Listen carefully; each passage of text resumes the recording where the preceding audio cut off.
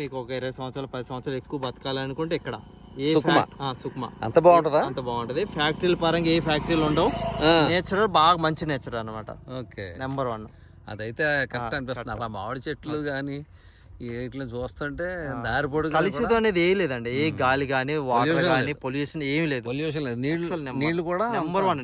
నీళ్లు కూడా పొల్యూట్. సబరి నది పక్కనే, ఎక్కడ తాగినా నీళ్లు బాగుంటాయి. సబరి నది ఇంకా అంత మించింది మనకు వాటర్ అక్కర్లేదు. అవును, సిటీలో ఇక్కడ నుంచి మన ఆంధ్రాకి వెళ్తుంది వాటర్. మన పోలవరంకి వెళ్ళేది ఇదే వాటర్. దీన్ని బేస్ చేసుకుని కడుతున్నారు. ఓకే ఓకే, సరే సోదరా, కలుద్దాం మళ్ళా. తప్పనిసరి ఏదైనా తక్కువలో పొలం ఉంటే కొనిపెట్టాం అక్కడ. మీకు తక్కువలో దొరుకుతాయి కానీ ఇక్కడ నుంచి ఒక 40 కిలోమీటర్ దూరం వెళ్ళాలండి. 50 ఎకరాలు 60 ఎకరాలు ల్యాండ్ ఇప్పిస్తాం.